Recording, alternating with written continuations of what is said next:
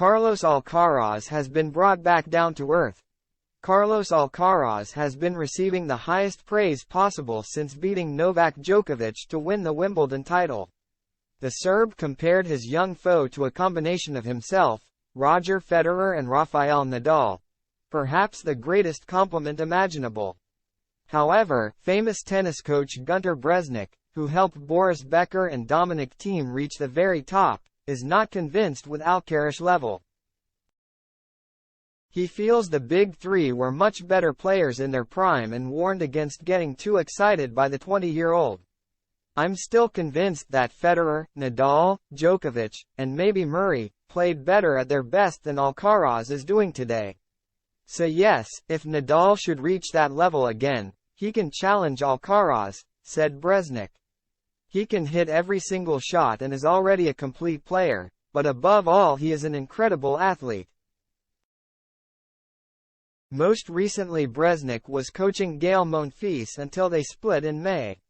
Alcaraz beat Monfils at Indian Wells last year, which allowed Bresnik to get some valuable feedback from his player.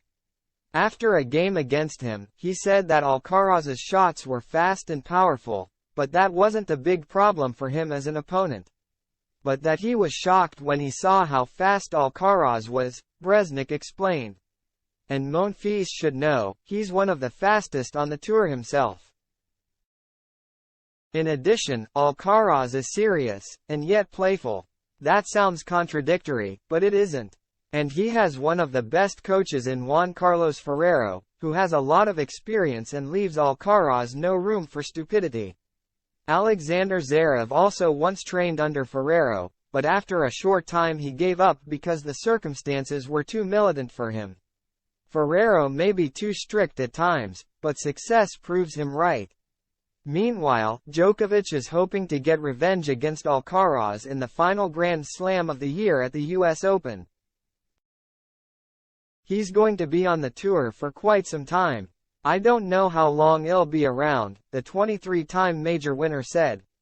Let's see. It's been only 3 matches that we played against each other. 3 really close matches. 2 already this year in later stages of Grand Slams. I hope we get to play in the US Open.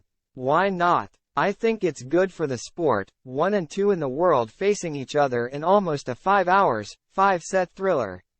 Couldn't be better for our sport in general, so why not?